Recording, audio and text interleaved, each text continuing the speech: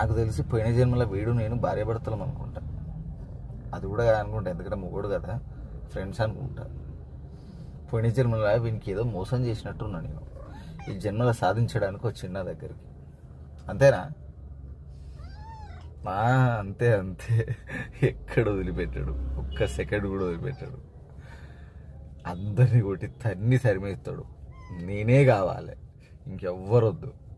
ఎవరన్నా వచ్చిల్లా వాళ్ళ పని కథం. అంతేనారా?